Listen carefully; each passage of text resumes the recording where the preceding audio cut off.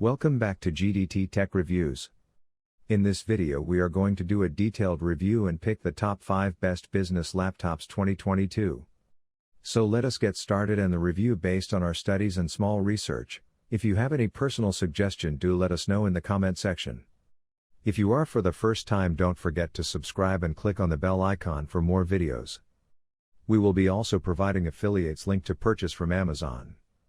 Kindly use to for best offers and purchase from anywhere in the world. So let's get started. Unlike the ThinkPad X1 Carbon, the EliteBook 840 lacks the option for a 4K screen. The display it does offer is well suited to business use, though. It sports Full HD resolution, 1920 by 1080 pixels, and I found the 400 nit rated maximum brightness to be perfectly viewable even in a sunlit room. I also appreciate the anti-glare finish, which reduces distracting reflections in brightly lit conditions. Note that the 400 nit panel is an upgrade. The base model has just 250 nits, which probably isn't adequate in most office environments. Touch support is also optional, our review unit lacks it.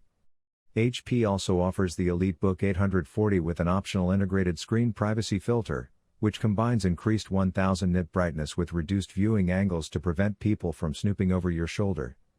Integrated privacy filters are also available on Lenovo and Dell business laptops, but in almost all cases they reduce image quality, so we don't recommend them unless you're exceptionally worried about people nearby glimpsing sensitive information. Above the display, there's a 720p webcam that produces average video quality. I noticed a bit of noise and artifacts when using the camera in a room with plenty of natural light filtering in through the windows. HP notes that the EliteBook 840's camera has an exceptionally wide field of view at about 86 degrees, which can help viewers pick up more of your body language and show off more of your wall decorations. But many people would still prefer the increased image quality that comes from a higher resolution sensor, something that is still unfortunately rare even on premium business laptops. The ThinkPad X1 Nano looks similar to all of its predecessors, with a sleek carbon fiber and magnesium chassis. Unlike the others, though, this ThinkPad is a much lighter chassis, weighing only 2 pounds. The interior is compact, with the touchpad at the bottom accompanied with discrete buttons for the pointing stick, a fingerprint reader to the right, a nearly edge-to-edge keyboard above and 2 speaker vents closing in on the corners. The bezels on the display are relatively thin, apart from the top, which is thicker thanks to the webcam. The X1 Nano's 13.0-inch, 2K, 2160 by 1350 pixel, anti-glare display is gorgeous. While watching the trailer for Wonder Woman 1984, the wide shot of the city was vibrant with different hints of colors from the luminescent signs that contrasted well with the eerie fog in the background. Even in the close-up of Diana's face, the tone of her cheeks, the lipstick on her lips, and the furrow in the brow were all sharp, crisp, and full of color. According to our colorimeter gamut, the X1 Nano produced 101.1% of the sRGB spectrum, which is slightly better than the Dell XPS 13, 97.9%, but did not do as well as the Apple MacBook Pro M1, 110.6%. Our test also determined that the X1 Nano produces 430 nits of brightness, which falls slightly behind the Dell XPS 13, 469 nits. The Apple MacBook Pro M1, 435 nits, is similarly bright. Typing is very enjoyable on the X1 Nano, as the keys are very punchy. When testing out the keyboard on 10 fast fingers typing test, I was able to type 49 words per minute, which isn't too far off from my 53 WPM average, and I think it's the best I've done in a long time. Though the dimensions of the keyboard are a lot smaller than I'm used to, I think the spacing of the keys and the size of the keys really help with the comfortability of typing.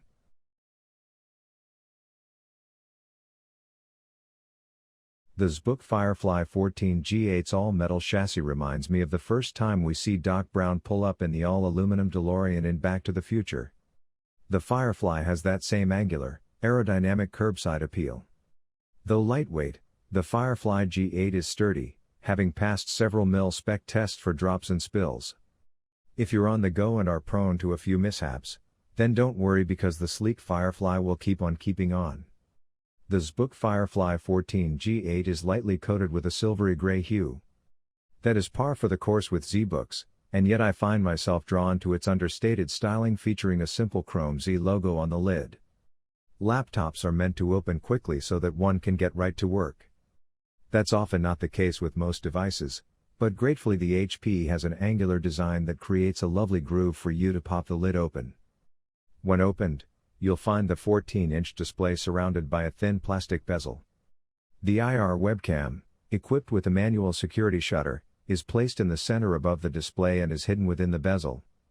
Looking down, we find a black chiclet-style backlit keyboard with letters displayed in a clean white font. There's a track nub between the G, H, and B keys if you like that sort of thing. The touchpad is beneath the keyboard and is slightly left of center and comes with two very clicky buttons above it. On the right, beneath the keyboard, is a fingerprint reader that helps keep your files and data secure. The HP's Book Firefly 14 G8 has a solid selection of ports, giving users ample connectivity options. On the left, you'll find a 3.5 combo headphone/mic port and two USB Type-A 5 gigabits per second ports for fast charging and data transfers.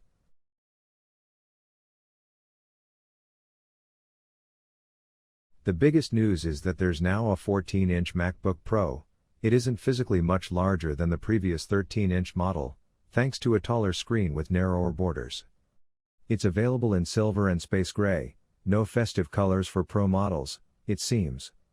The brushed metal texture of previous models remains, and the Apple logo on the lid is mirrored but not illuminated. In profile, the new MacBook Pro actually looks a bit retro, with raised feet, flat sides, and almost no curve to the edges of the lid. The lid can be raised easily and the hinge feels very firm, but one ergonomic issue is the sharp corners of the little lip provided for your thumb. Build quality overall is very good, and there's no flex at all to the lid. What many people will appreciate is the return of various ports, most notably MagSafe for charging. This is a new, thinner connector that Apple calls MagSafe 3, and neither chargers nor MacBooks themselves are physically compatible with older models. You can still use Type-C ports to charge the new MacBook Pro, but MagSafe will be quicker, depending on the wattage of your power adapter. The thunk sound as the connector snaps into place is familiar and satisfying. As convenient as universal Type-C charging is, having MagSafe in addition is the best of both worlds. This is our first experience with Apple's M1 Pro SoC, which promises even more power than the M1 from last year's 13-inch MacBook Pro refresh. Apple is drawing new lines between its Pro laptops and the MacBook Air, or just MacBook, as it might be called. The M1 Pro leverages the same architecture as the M1 and is built on the same 5nm process. Instead of 4 high-performance and 4 efficiency cores, there are now 6, or 8, of the former and only 2 of the latter. The GPU core count is also up from 7 or 8 to 14 or 16. Memory continues to be integrated, but you have up to 32 GB with the M1 Pro, and it has a faster interconnect.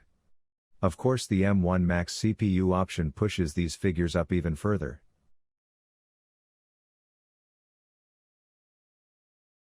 The ThinkPad X1 Carbon, Gen 9, has the classic raven black, rectangular ThinkPad aesthetic we've come to expect from Lenovo over the years.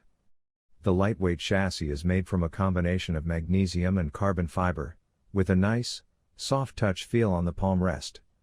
There's an optional carbon fiber weave lid that gives the laptop an added touch of class and a softer texture, but it only comes on configurations that have a 3840 by 2400 display. There are a few subtle, but important, design changes from the Gen 8 version of the ThinkPad X1 Carbon. The chassis is a little bit longer and narrower, 12.38 by 8.72 inches versus 12.7 by 8.5 inches, in order to accommodate a 16:10 aspect ratio screen as opposed to the 16:9 panels Carbons have used previously. This allows for more vertical screen real estate you can use for reading web pages or editing documents. The dual hinges from Gen 8 have been replaced by one long, round hinge that takes up most of the width of the lid. And, in a welcome change, the power button now sits above the right side of the keyboard, where we would expect it. Though most laptops have their power buttons above the keyboard, Lenovo had placed the 8X1 Carbon, Gen 8's button on the side so that users could easily turn it on even if the lid was closed and it was connected to a docking station. However, the button was small, skimpy and awkward in that location. At 12.38 by 8.72 by 0.59 inches and 2.5 pounds, the Lenovo ThinkPad X1 Carbon, Gen 9, is extremely thin and light for any laptop, particularly one with a 14-inch display. By comparison, the Dell XPS 13, 2.8 pounds, 11.6 by 7.8 by 0.6 inches, is smaller but heavier, while the Asus ZenBook 13, 11.97 by 7.99 by 0.55 inches, 2.5 pounds, is smaller with the same weight. The ThinkPad X1 Nano, 2 pounds, 12.7 by 8.5 by 0.6 inches, is much more portable but, like Dell and Asus offerings, has only a 13-inch display. Not surprisingly, the ThinkPad X1 Yoga, Gen 6, which is the 2-in-1 version of the Carbon, is heavier and larger at 3 pounds, 12.3 by 8.8 by 0.6 inches in order to accommodate its convertible mechanism. Where many Ultrabooks only make room for USB Type-C, Thunderbolt ports, the ThinkPad X1 Carbon, Gen 9, manages to pack in all the major ports most people need. The left side features 2 Thunderbolt 4, USB-C ports, a USB Type-A 3.2, 5 gigabits per second, port and a full-size HDMI out. The right side provides room for a second USB Type-A port and a Kensington lock.